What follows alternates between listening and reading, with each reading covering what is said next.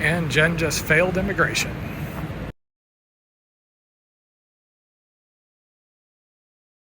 Sadly, it is disembarking day. There are 3 groups of people leaving. We are the last, and so we're here for another hour or two with just a few more people on the boat. So it's nice, very roomy. We're getting to chat with the remaining people a lot. We're getting a little more of a relaxed pack up here since we're the last. I think there's 3 people on our dinghy in about another hour. And then sadly, we have our multi-day journey to get back to SoCal. Tried to convince Jen to do a second live aboard after this, but you know, gainful employment, no monies, yada yada. And we were just doing our final checks to make sure we didn't lose anything too important. We also got a brief tour of the engine room, which is where they had put all of our gear to dry after the last dive. We were supposed to leave at 11 a.m., but when a storm came up, they decided to hold us for just a little while to see if we could avoid getting soaked heading back to the mainland. So when there was a brief break in the rain, they tossed us onto a slightly unsteady dinghy and waved goodbye. Bye.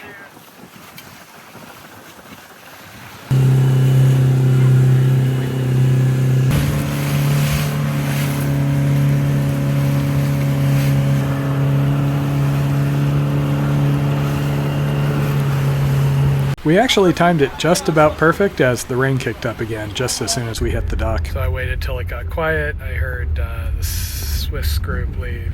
We were back at the Aston, which is the same hotel we stayed at before getting on the boat. There just aren't a lot of options in Sorong, particularly if you want access to food. We were pretty exhausted after 30-some dives, so we mostly rested, though we did order some decidedly so-so room service.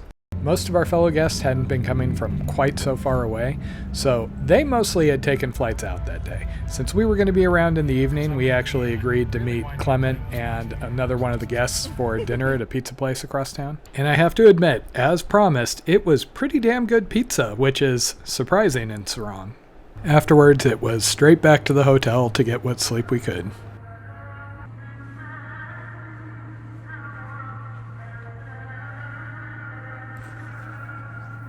And we are off on the multiple day journey that it will take to get back to SoCal. For the record, the Aston was quite nice, but the best thing about it was actually this breakfast buffet. So we are 17 hours, I think, off of Los Angeles time. So we have about a 4-hour flight to get to Jakarta. We have a 28-hour layover. The flights out of Sorong are rough, and then we have a little hop to Singapore that's like an hour or two, and then we have the big 17-hour flight to LAX. And it seems like the US is being hit by a polar vortex, so it's probably good we're going straight from Singapore to LAX.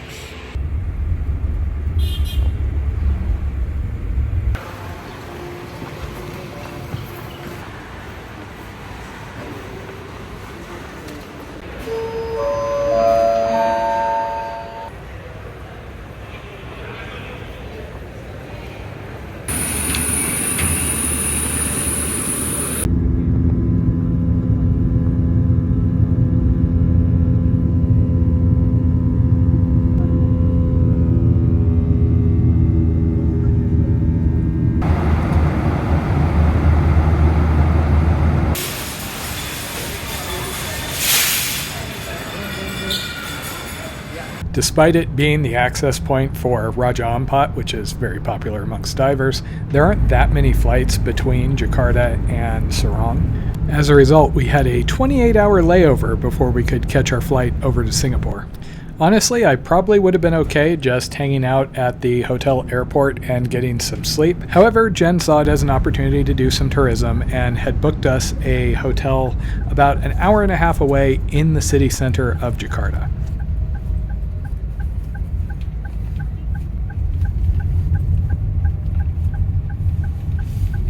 Jen had looked online and selected Hotel Borobudur, which I'm probably pronouncing incorrectly, as where we were going to stay, which seemed like a really nice hotel. It was a little off-putting that we had full-on TSA screening to get in though.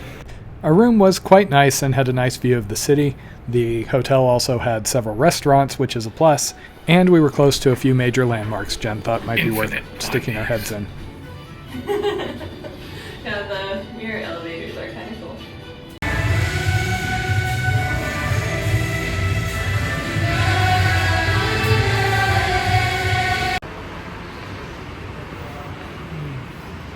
Okay, and now we are going somewhere that Blondie can't decide.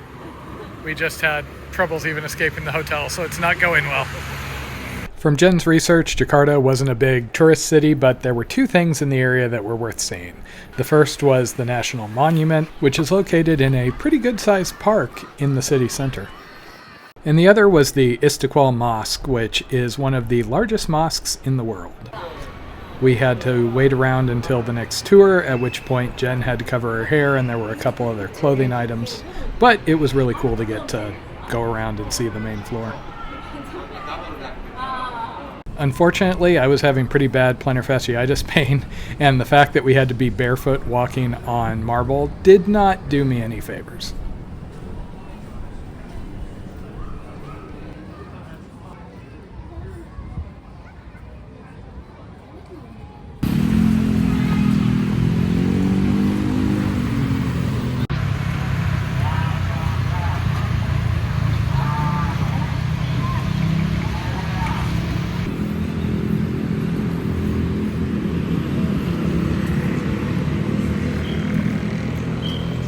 Unfortunately, my foot pain was bad enough. I really had a hard time enjoying walking around, and it was a great relief when we went back to the hotel.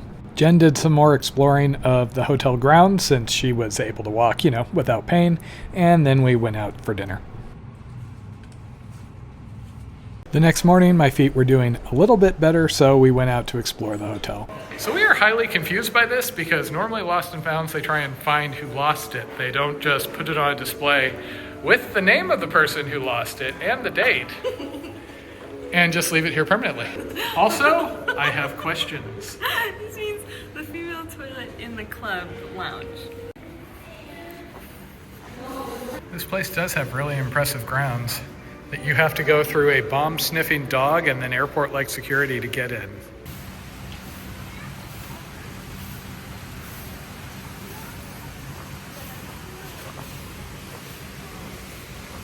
Jen went exploring yesterday and came back all excited because that is a bunny area and they have a bunny feeding time here.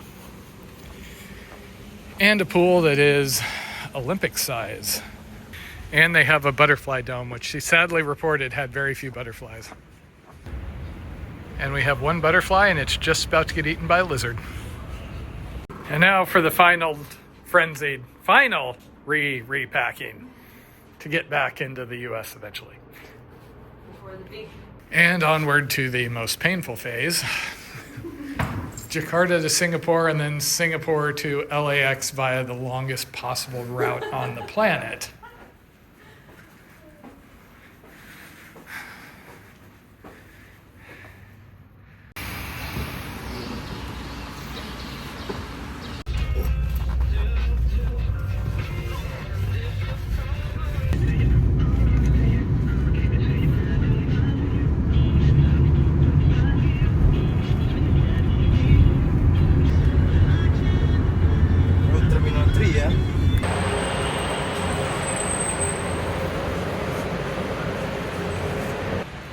Some supermodel drinking collagen soda.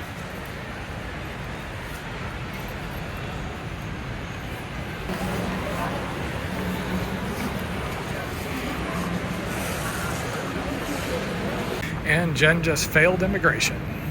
So, the local immigration discovered what we all know, which is Jen is kind of shifty and she has two faces. That, or I think it actually detected her Blondie shirt, and so it couldn't clear her because it's not sophisticated enough. Good thing. The error message I got was multiple faces detected. So we have officially cleared immigration after a little thing. I was getting worried because the guy right in front of Jen was having some major altercation with the immigration officer. And I'm like, oh no, but all good. So now we have hours to wait, and then we have a short flight, a few hour layover, and then we have the big 17-hour one. And now we are on the all-important search for the most comfortable chairs to spend our waiting time in. And I think we have been successful. I actually sent her to find food, and this is what she found instead. Seriously, this isn't even like one of those paid seating areas. It's just awesome, and there's very few people. Oh, I love airports in this part of the world that are not Sorong.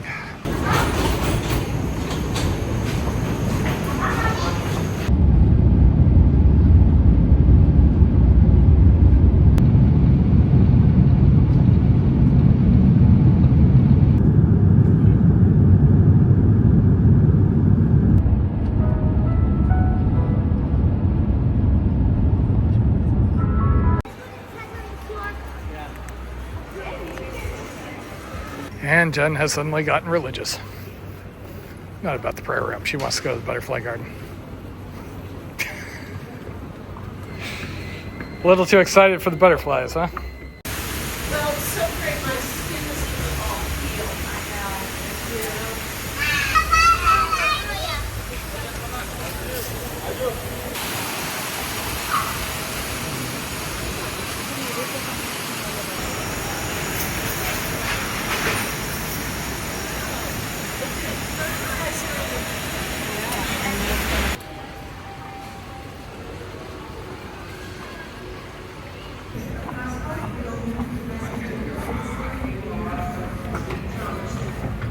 Please remain seated until we call your cabin class and boarding room.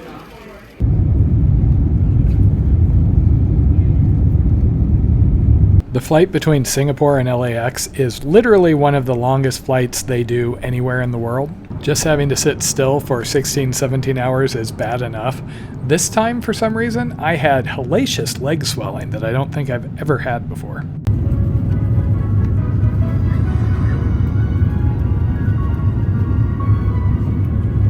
And for our sins, we are back in LAX.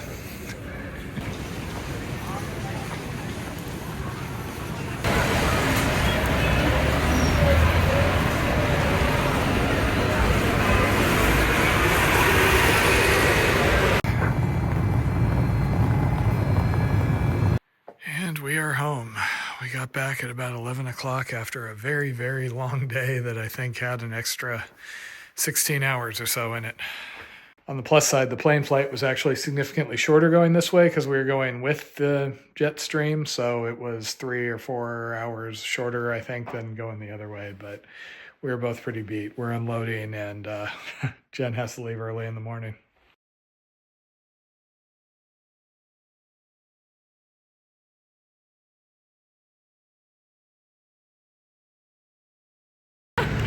And yet every morning when I'm going to the bathroom and I give a dance performance, no appreciation. She doesn't appreciate my outfits, doesn't appreciate this cool helicopter like move I do.